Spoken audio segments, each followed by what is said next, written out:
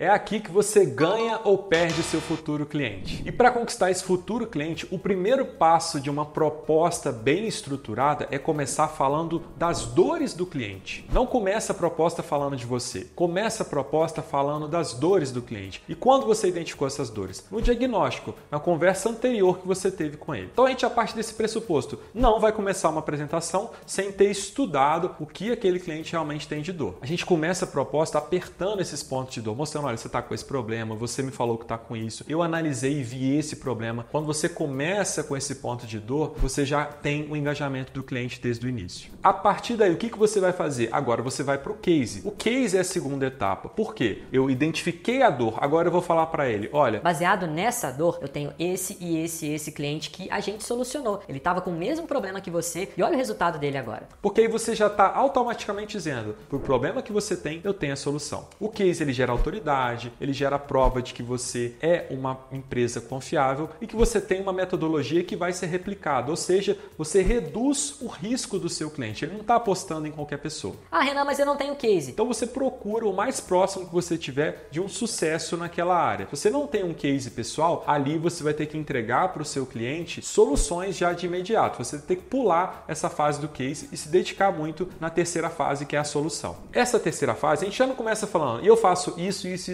Não, você tem o diagnóstico, você tem o case e agora você vai falar do desafio. Então, baseado no diagnóstico, baseado no histórico que a gente viu aqui com você, o seu desafio é crescer tanto, é atingir tal objetivo, é falar do sonho do cliente. Então, a gente quer conquistar esse sonho e para conquistar esse sonho, eis a solução que eu proponho para você. Então, dor, case, sonho, solução, desafio, e aí a gente entra em como a gente vai fazer isso, que é esse terceiro item do desafio e da solução. Explica os seus serviços de forma detalhada e, se possível, vai incrementando com exemplos práticos para aquele cliente. Você já vai falar do mercado dele, do concorrente dele, do estudo que você fez. Não seja genérico: eu faço X conteúdos por mês. Mostre os conteúdos que você fez, de preferência para o segmento dele, e se você quiser trazer alguma ideia para ele, melhor ainda. Então, depois que você apresentou essa solução, agora você vai trazer o escopo e o cronograma do seu trabalho. Como a gente fala aqui no canal muito, você precisa padronizar o seu escopo, ter um escopo bem claro que possa ser replicado para outros projetos baseado na sua metodologia. Quando você coloca esse escopo e coloca um cronograma, você está dizendo para o cliente: eu sei o que vai acontecer e eu sei como fazer isso. É importante você relembrar o sonho, o desafio. Então, eu faço muito isso. Depois que eu apresento todas as soluções, eu volto com aquele slide de desafio, do sonho que a gente quer conquistar, e aí mostro o escopo. Por que a gente faz isso? Porque a gente está vendendo para o cliente esse sonho. O que você quer conquistar? Mas como eu vou conquistar isso? Com o meu escopo. Você não pode vender para o cliente a promessa de conquistar X vendas ou que você vai entregar X milhões de visualizações. Esse é um erro e quem vende isso geralmente pode estar vendendo uma mentira. Mas você pode vender o escopo. Fala: olha, a gente tem um sonho de alcançar isso aqui. Eu não tenho a certeza absoluta que vai alcançar, mas segundo os meus cases, eu já alcancei. E esse é o escopo que eles fizeram, que eu recomendo para você. O escopo vai ser executado num cronograma e esse é o preço. Opinião pessoal para fechar a proposta. Na minha opinião, você tem que apresentar uma opção para o seu cliente. Tem algumas linhas que dizem que você tem que apresentar duas opções e tal. Eu, em agências, prefiro que você apresente a melhor solução para o seu cliente, o que você acredita que vai resolver e pronto.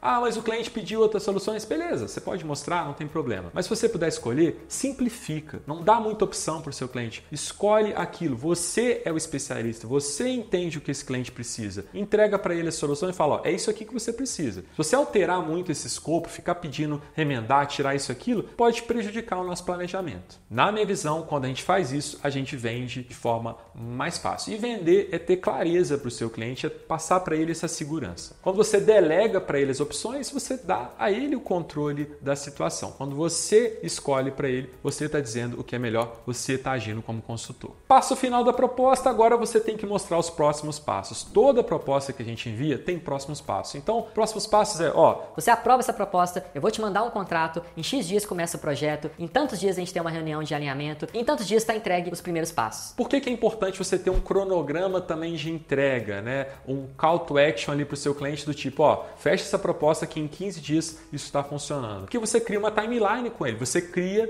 um modelo do tipo, olha, quanto mais você demorar, mais a gente vai atrasar esse início. Então, com esse próximo passo que você coloca para o cliente, você já está dizendo, em quanto tempo você quer isso? Esse é meu cronograma, já está pronto. É só você dizer sim. Isso também reduz um monte de perguntas que o cliente pode ter. O que a gente faz logo em seguida? Já dá os próximos passos para o seu cliente. Você já sabe quais são os próximos passos. Os clientes gostam que você tenha essa noção do que você vai fazer. Percebe que quem não fizer algum desses passos que eu falei, que não trouxer um diagnóstico bem claro, que não trouxer um case, que não souber falar do desafio, da solução, e aí chegar num escopo para mostrar para o cliente claramente o cronograma de entrega, quem não faz isso está perdendo. E se você está fazendo isso, eu tenho certeza a sua proposta já está na frente da concorrência. Um adendo para você, o formato ideal dessa apresentação. Para mim, você tem que marcar uma reunião e apresentar para o seu cliente. Não envie essa proposta, pelo amor de Deus. De cada 100 propostas que eu enviei na minha vida, umas 2 só que foram para frente. Não existe isso. Eu, quando envio proposta, é porque eu não quero aquele cliente, ou porque eu sei que aquele cliente não vai fechar, eu não quero perder tempo com ele. Se eu quero o cliente na minha agência, eu preciso me reunir não só com a pessoa que pediu proposta, mas com todo mundo envolvido na decisão. Essas pessoas precisam estar numa call com você e nessa apresentação você vai fazer o seu show, você vai mostrar a sua proposta e encantar o seu cliente. Lembre-se de personalizar essa proposta, né? Ajustar ela, mas você vai ter um modelo padrão para você seguir. Então, esse é o framework que eu acredito. Se você vê outra maneira de apresentar a proposta que dá certo, comenta aqui. Se você não concorda com alguma coisa, comenta. A gente quer ouvir essas opiniões e eu pessoalmente respondo todo mundo aqui no canal. Muito obrigado e bons fechamentos para você.